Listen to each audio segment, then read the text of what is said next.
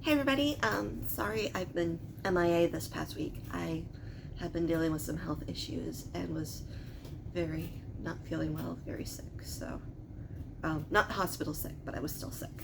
So, we'll get back to regularly scheduled programming here in a bit.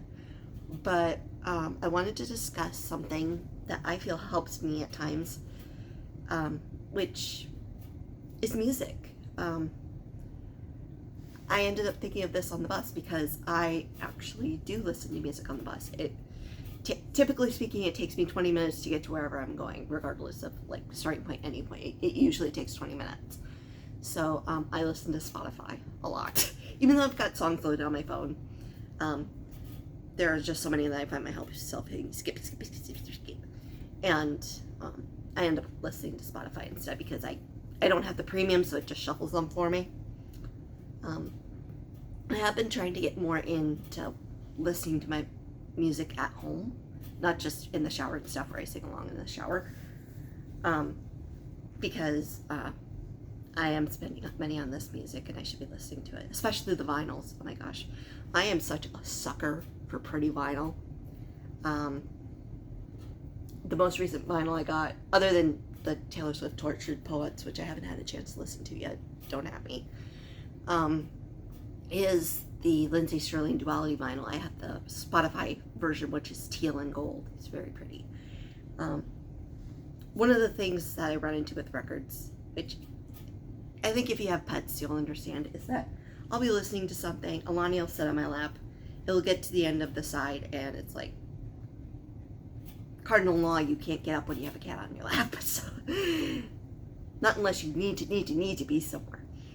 But I find that singing along, kind of focusing on the lyrics and stuff like that, kind of helps with that. And there's a secondary part of this, not just listening to and singing. And this isn't for everybody. I actually haven't done it in about 5 years, which is kind of crazy. One of the longest stints I've gone without writing. And this is it right here. This is my songbook, which has most of the lyrics. There was one that I had written down and I lent the lyrics to somebody, never got it back.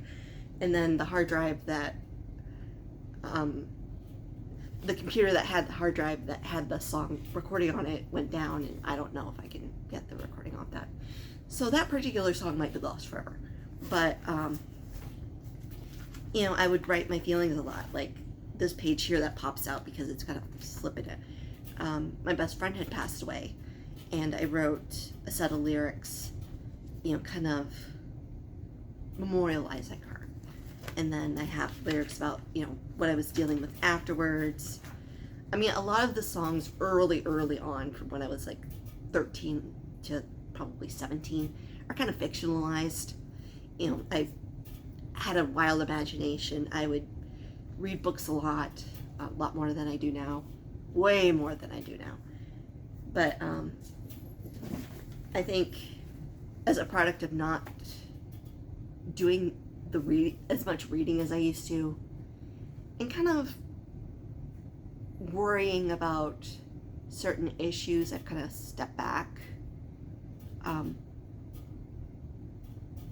But I feel like writing out in lyric form and maybe even recording the lyrics, like having an audio recording of the lyrics and knowing, how it's supposed to sound, I feel like that can help a lot.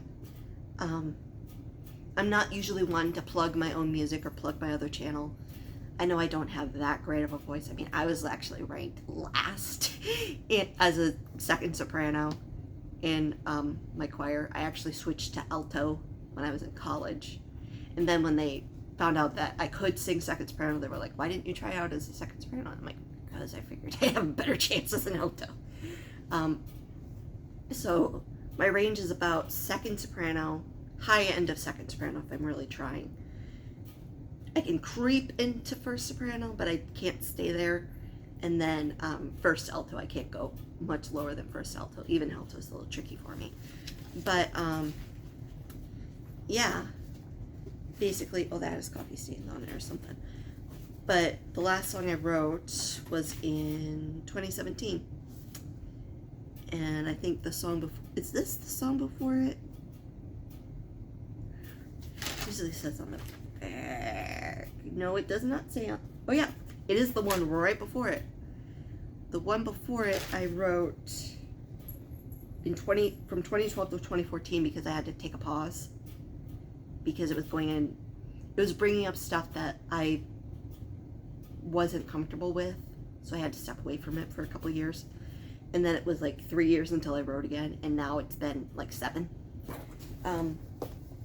But I always found that writing lyrics kind of helped me cope with things. I feel like I would have gotten a lot worse if I hadn't had things like writing lyrics to help me when my friend passed. So I do feel that having music in your life, especially positive music, is a good part of self-care. And you don't have to do all positive music all the time. Like, some of the songs that I listen to can be kind of depressing, but the reason why I listen to those is because it kind of gives you a relate. You know, you can relate to it. But you can't listen to them too much because it can just bring you down. So maybe 1 or 2 to be like, okay, somebody out there gets what I'm doing. And then switching to a happier song that reminds you of happier times. Although, again, that can trigger stuff, so you gotta kind of be selective at times, but finding some feel-good music and listening to it and singing along, I feel is very helpful. So I'm going to try linking below Song of Hope, which I wrote. It was the third song I wrote after my friend passed, and I feel like that one's a good one to share. So I'm going to link Song of Hope below, and hope you guys are having a good weekend.